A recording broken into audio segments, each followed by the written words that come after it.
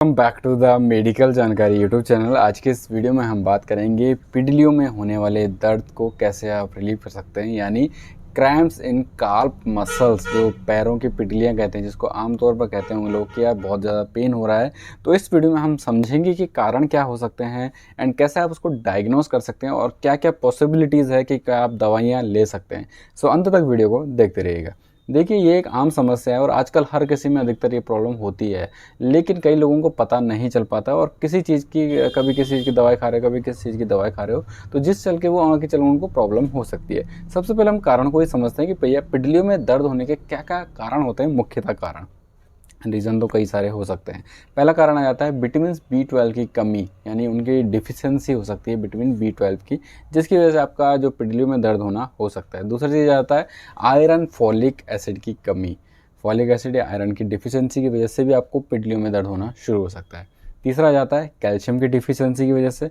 चौथा आ जाता है थायराइड रोग की वजह से भी आपको पिडलियों में दर्द होना शुरू हो सकता है। इसके साथ साथ ये आ जाता है कि कई बार क्या होता है कि डायबिटिक एंड यूरिक एसिड की अधिकतम होना, यानी जब आपका डायबिटीज़ शुगर ज़्यादा बढ़ जाता है या यूरिक एसिड ब्लड में बहुत ज़्यादा बढ़ चुका है, तो भी पिडलियों में दर्द होना स्टार्ट हो जाता है। इसके साथ साथ ही जो वेन में थ्रोम्बोसिस, या कहें तो वेन में जो ना खून का जमाव हो जाना, जिसको आप कहते हैं थ्रोम्बोसिस, थक्के जम जाना, ब्लड में थक्के बन जाने, उस वेन में थक्के बन जाने, उस एरिया में क्लॉटिंग हो जाना ब्लड का, जिसकी वजह से भी आपको पिडलियों में दर्द होना शुरू हो सकता है। तो अब इसको आप डायग्नोस कैसे कर सकते हैं। देखिए, सबसे पहली बात है कि किसी भी दवाई को लेने से पहले अपने आपको ट्रीटमेंट ज़रूर करवाना चाहिए। जैसे कि आपको ब्लड टेस्ट हो सकता है, विटामिन B12 का टेस्ट होता है, कैल्शियम का टेस्ट होता है, थायराइड का टेस्ट होता है, डायबिटीज़ का टेस्ट होता है एंड वेन के लिए तो दोस्तों MRI का होता है। और वेन का जो आपको क्लॉटिंग जो होता है अलग से महसूस हो जाता है। जैसे आप टच करोगे पैरों में, इस तरीके से कहीं पर भी टच करोगे तो वो क्लॉटिंग होना शुरू हो जाएगा।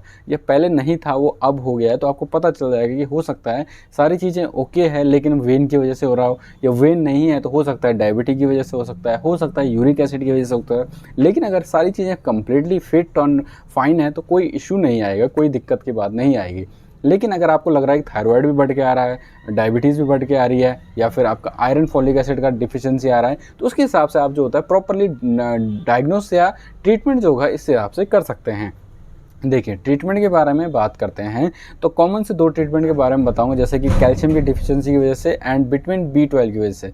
अधिकतर दो ही कारणों की वजह से आपके पिडलियों में या जो क्रैम्प्स होते हैं, काल्प में पेन होना शुरू हो जाता है। इसमें आप कैल्शियम में ले सकते हैं। आप इंजेक्शन आता है कैल्शियम सैंडोज इंजेक्शन 10 ml का यूज़ कर सकते हैं। अगर बहुत ज़्यादा डिफिशियंसी आ रही है कैल्शियम का, तो इसको आप डेली 3 दिन तक लगा सकते हैं।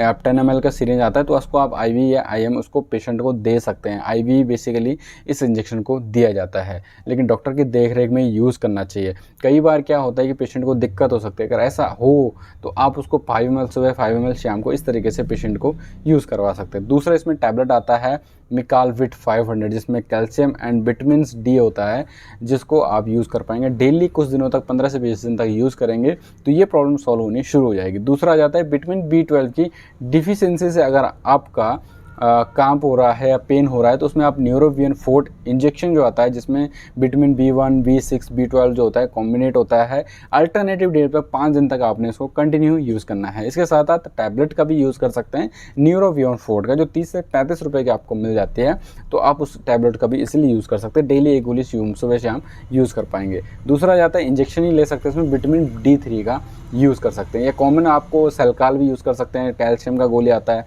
विटामिन B12 का न्यूरोविन फोर्ट जो आती है वो उन्हें बता दी, काफ़ी ज़्यादा सस्ती गोली है, तो इसीलिए आपको यही चीज़ बता दी है। पेन अगर बहुत ज़्यादा हो रहा है तो इसमें आप MR गोली का यूज़ कर सकते हैं, डायनापार गोली का यूज़ कर सकते हैं, लेकिन ज़्यादा पेन होने पर ही यूज़ करना चाहिए, बराबर यूज़ नहीं करना चाहिए।